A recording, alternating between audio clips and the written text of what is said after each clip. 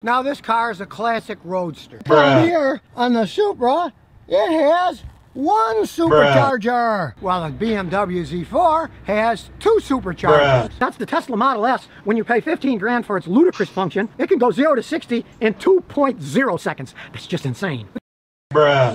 Oh dear, you've read that title and oh dear, we've got a lot of Scotty Kilmer fanboys here. One thing I asked from you lot though, I did a video like this kind of about Teslas a little while ago. All that happened, Tesla fanboys came in, they pressed dislike and they left. I could tell from the viewer engagement that that's what was happening. Hopefully you Scotty Kilmer fanboys are a lot better than that. But here we are, why is Scotty Kilmer not really that great?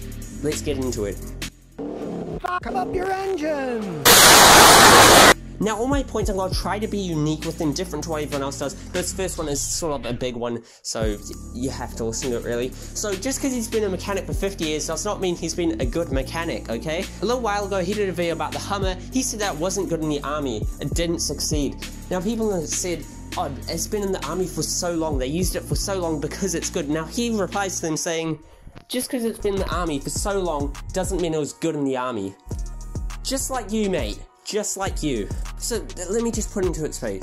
If you want to get your computer fixed, you got to go to someone that's worked on 20-year-old computers. If you've worked on really old computers, it's not going to do any help working on a brand new computer. It's completely different. Cars 50 years ago were way different to cars now. You know, we've got direct injection, EGR, PCV systems, turbochargers, that Skyactiv X, what variable valve timing, hybrid systems, all these fancy ECUs that control everything. You know, experience from cars in the 70s isn't really going to help at all. You know how to work on a carburetor? Good, because no one has it. Well, yeah, that might be true, but that doesn't mean Scotty's a bad mechanic. Well, here's the thing. He did a video on how to change the oil. I think it was on the Celica or something. He jacked it up and he said, you just have to jack the car up a little, because all modern cars are pretty low to the ground. Now, some guys who are really worried to put a jack stand under here, but really, we're just jacking the car up. The tires are still on the car, so even if it went down, the car would still land on the tires. It wouldn't crush you. Bruh. I happen to know most cars' ground clearance isn't really that good. If it fell off the jack and landed on its tires, you're still getting squashed. Even if it was, you know, some super lifted Hummer or something, you put your hand up there, you're getting the oil filter out, and the car falls, you're breaking your arm, boys. That is not great.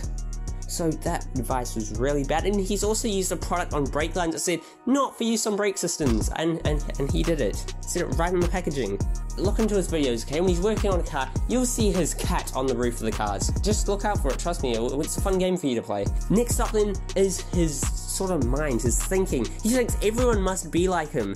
Everyone wants the same thing from the cars that what Scotty wants. Everyone wants the most reliable car. Here's the thing. When most people go to buy a car, they don't really care too much about reliability. Obviously they want a reliable car, but they mostly care about, you know, a car that looks really nice. It's practical, luxurious, economical, and also reliability. But they look for so many different stuff.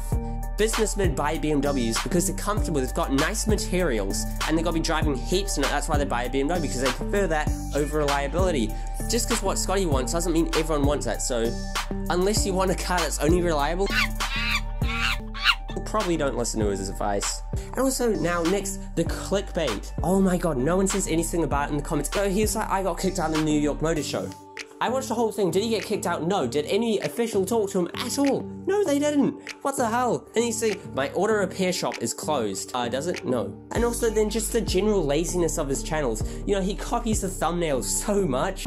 I mean, it takes ages, you know, to edit the videos, create the thumbnail, get all the good tags and all that. Record, re-record, it takes a lot of time. And even the titles. You see so many videos saying, oh, if you do this, you're stupid.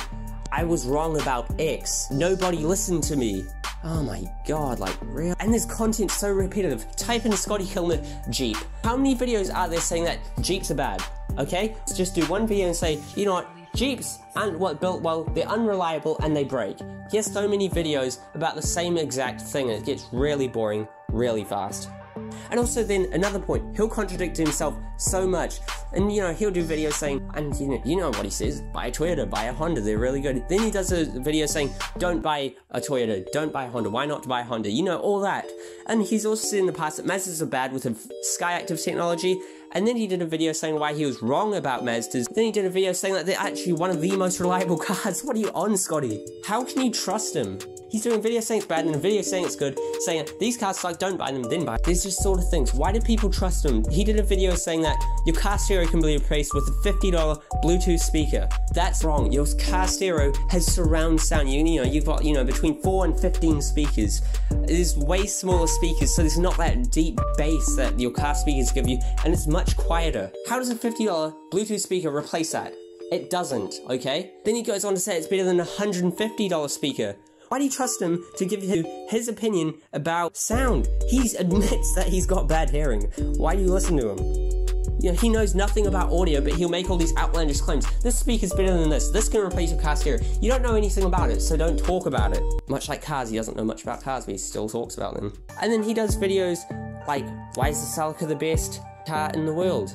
The Celica is not the best car in the world. He says it's like a Corolla. But here's the thing, the Corolla is more practical and cheaper than the Celica. How's the Celica better than the Corolla?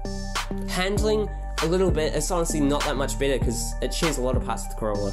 Next up, just the way he goes about stuff. He says stuff like, never mod your car, not you shouldn't mod your car. He's telling people you have to do it my way. It's a really greedy way to look at stuff. Like he says, this is just one thing. He says about cold air intake, that without a tune, it doesn't give power, and that's true, and most people know that. Most people get a cold air intake and they'll say, oh, I'll get a tune with it once I've done my exhaust and all that. Everyone knows that. So you saying not to mod it because you need a tune, well, if you get a tune, then it gives you power, so yeah. Even I know people have had a Civic with a D16, they've just done an exhaust and an intake on it, no tune, and they've gained power on it. So that's actually fake. Even if you do put it on, some cars will actually give you some power. Also, he doesn't even know. He looked at a ram air intake and he called it a cold air intake. I think they can put on a cold air intake. A cold air intake. Bruh. How don't you know the difference? Then he does a video. So Chris Fix, if you don't know, he's a legend. He got his dream car, a Hummer, and he did this big video about it. It was amazing, really good video. Really would recommend watching it. And then, not very long later, Scotty's out here saying why the Hummer sucks, and he does this whole video dissing the Hummer. Like, what a bad sport, he got his dream car, he's happy about it, he loves it. What do you, that's so mean. Just overall, he's a negative, lazy person that doesn't really know anything about it. Like he said that the Hummers are bad because they're big. That's a good thing, that means you can carry a lot into it. And like, you have F250s, F350s, people actually do want cars that are that big. They can tow a whole bunch of stuff.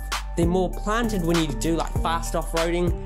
Like, you can't, oh my, just because it doesn't suit you doesn't mean it doesn't suit everyone else. Also, just one thing that really pisses me off, man, his logic. He says that between Chris Fix and him, it's not really competition because Scotty's got more views. That doesn't really mean anything because Scotty Kilmer uploads about, what, 2-3 times a day? Chris Fix uploads between 1 and 3 times a month. Of course you have more views, Scotty. Chris Fix is bigger because not only has he got more subscribers, he's got more returning viewers. That means more people go and watch every single Chris Fix video. One last thing, he's not really a car guy, is he? He must earn so much money off that channel with the views, how many times he uploads and all that. His dream car's Mustang. With that money, he could definitely easily afford one. Now, if any car guy could easily afford their dream car, they'll buy it, and his car's Mustang, so he definitely can. Also, when he talks about fast cars, he talks about the top speed, which is the most useless number in history talking about cars. Because if you're a car guy, you go out to, go for a racing mates, riding down a country road. Not test out your top speed.